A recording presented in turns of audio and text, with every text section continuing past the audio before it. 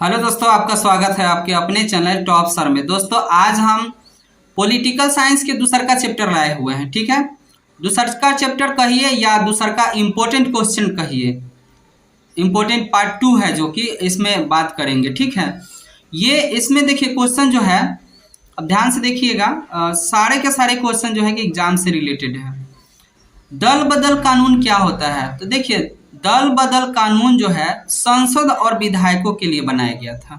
ठीक है, ये एगो ऐसा कानून है ना कि जो है ये दल को कोई आदमी इस दल में आ गया है और इस दल को जीतने के बाद छोड़ के किसी दूसरे में ना शामिल हो जाए, इसी को रोकने के लिए ये कानून बनाया गया है।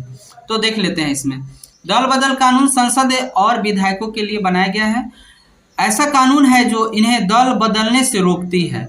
इस कानून के अनुसार कोई भी सांसद या विधायक किसी एक पार्टी से चुनाव जीत कर, मान लीजिए किसी पार्टी में चुनाव जीत जाता है और उसको छोड़ के दूसरे पार्टी में शामिल हो जाता है, तो ऐसा नहीं कर सकते हैं आप, ये इस कानून के अंतर्गत। ठीक है, अगला क्वेश्चन जो है, भारत ने बहुदलीय प्रणाली को क्यों अपनाया?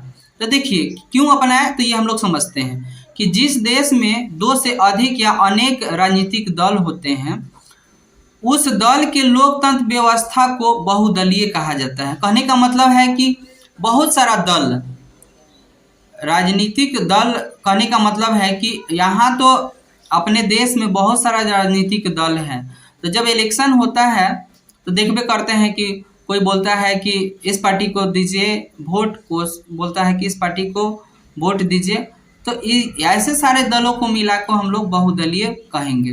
भारत की विशाल एवं अधिक जनसंख्या वाला देश है, ये तो पता है कि हमारा भारत जो है बहुत जनसंख्या वाला देश है। यहाँ कई बार सरकार गठन बनती है। यहाँ पर बहुदलीय प्रणाली होने से लोगों को अधिक विकल्प मिल जाते हैं, जिससे वो अपनी पार्टी को चुनते हैं जो देश में बदलाव ला सके। कहने का मतलब है, जरूरत इसलिए पड़ा ना कि एक ही अगर पार्टी रहता और बार बार उसको जिताया जाता तो कुछ परिवर्तन नहीं होता, विकास के कार्य में परिवर्तन नहीं होता। इसलिए बहुदलीय जो है प्रणाली है, इससे फायदा ये है कि हर व्यक्ति को मौका मिले ताकि वो भी कुछ देश के लिए कार्य कर सके। ठीक है, अगला क्वेश्चन जो है, गुप्त मतदान। देखिए, गुप्त मतदान वह पत्र होता है जिसमें वोट देने वाले अपने मताधिकार का प्रयोग करते हैं। अगर इसे गुप्त रूप से अर्थात बिना किसी को दिखाए व्यवहार में लाया जाए तो उसे गुप्त मतदान कहा जाता है। अगला क्वेश्चन है, राजनीतिक दल की परिभाषा दे। राजनीतिक दल लोगों का एक ऐसा समूह है जिसका उद्देश्य सत्ता प्राप्त करना होता है। ठीक, यह समाज के समूह के हितों को ध्यान में रखते हुए कुछ नीति नियमों का निर्माण किया जाता है।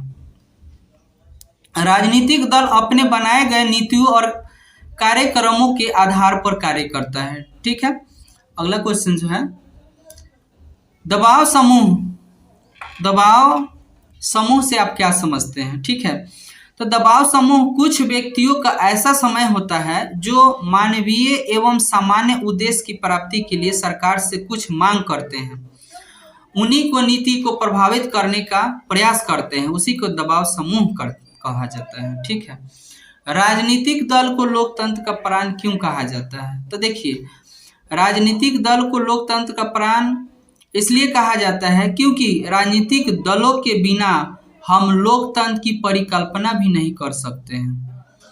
राजनीतिक दल ही चुनाव में भाग लेते हैं, राजनीतिक दल से ही चुनाव में हम भाग लेते हैं और उम्मीदवार खड़ा करते हैं तथा चुनाव भी जीत हासिल करने पर सरकार का निर्माण करते हैं। यह जनता को राजनीतिक देता है, साथ ही सत्ताधारी दल के विपक्ष में रहने वाली पार्टी की आलोचना करता है। ठीक है, अगला क्वेश्चन है, जनता दल यूनाइटेड का परिचय दीजिए। जनता दल यूनाइटेड का परिचय दीजिए।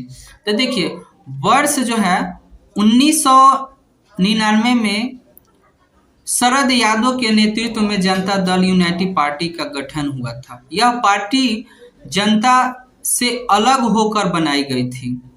जनता दल यूनाइटेड की क्षेत्रीय दल है जो बिहार में सत्तारूढ़ है। इस पार्टी का मुख्य उद्देश्य समाजवाद की स्थापना, दलित एवं पिछड़े का विकास कर सामाजिक न्याय दिलाना है। कहने का मतलब जो भी पिछड़े हैं लोग, उनको उनके साथ जो भी अत्याचार हो रहा है उनको न्याय दिलाने का ये दल कार्य करती है। ठीक। और इस पार्टी का चुनाव चिन्ह तीर का निशान है। माननीय मुख्यमंत्री जी जनता दुनिया ट्रेड पार्टी से संबंधित हैं। आज तक मान्यता नहीं मिली है कि राज्य सरकार को भी अपने अपने राज्य में अपनी भाषा का प्रयोग की स्वतंत्रता दी गई है।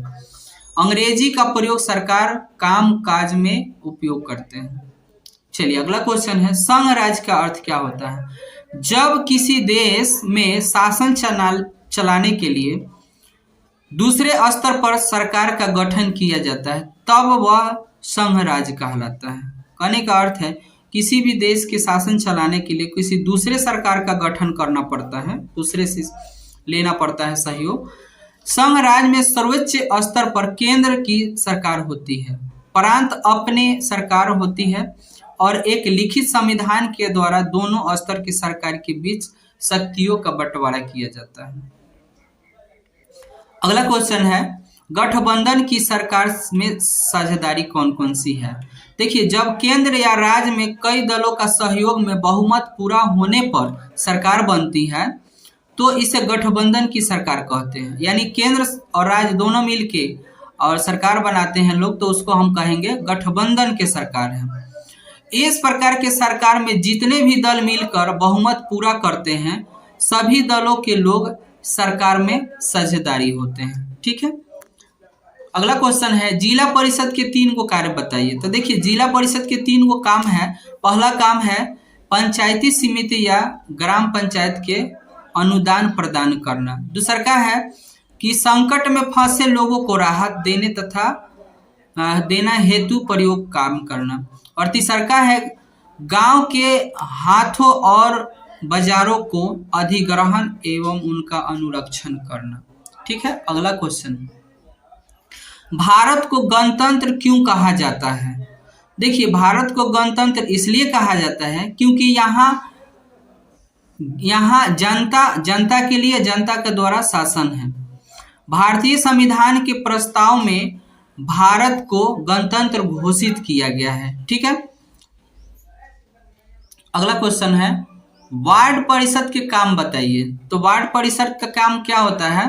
तो इस प्रकार है। देखिए, वार्ड 1 नंबर है, वार्डों के जो है सड़क गलियां नलियों का निर्माण करने का काम होता है। सड़क गलियों सार्वजनिक बिजली व्यवस्था करवाना होता है, वार्ड की निगरानी करना होता है और निर्मल पेयजल की व्यवस्था करना होता है। अगला क्वेश्चन है, भारतीय संविधान के अनुच्छेद 19 के विषय में क्या आप जानते हैं? बताइए।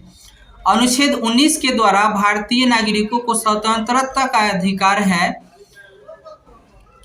कि इसके अंतर्गत बोलने की स्वतंत्रता है, शांतिपूर्वक सभा करने की स्वतंत्रता है, संघ बनाने की स्वतंत्रता, देश किसी भी क्षेत्र में आने जाने की स्वतंत्रता है। कहने का अर्थ है ना कि 1900 जो अनुच्छेद 19 है इसके अंतर्गत है कि आप भारत के स्वतंत्र नागरिक हैं, आप स्वतंत्र है बोलने के लिए। अब ऐसा नहीं कि आप गलत सलत बोलिएगा, आप अपने हक के लिए कहीं भी बोल सकते हैं।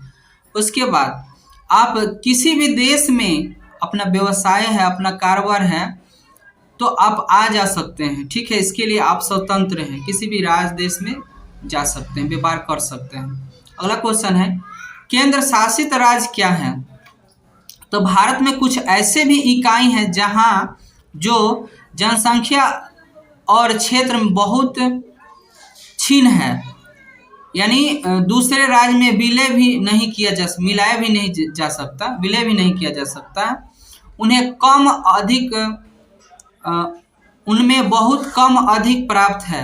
ऐसे राज्य की शासन केंद्र सरकार द्वारा किया जाता है। ऐसे इकाई को ही केंद्र शासित प्रदेश, यानी कहने का मतलब है कि ऐसा क्षेत्र जिस पर वैसा राज्य कहेंगे जिस पर केंद्र का उस पर अधिकार होता है, उसको केंद्र शासित कहा जाता है। ठीक है, यानी कोई राज्य है, छोटा सा राज्य है जो कि केंद्र उस पर पूरा अधिकार जमाया हुआ, केंद्र उसको चलाता है, हर चीज देखता है, तो वो केंद्र शासित प्रदेश कहलाएगा।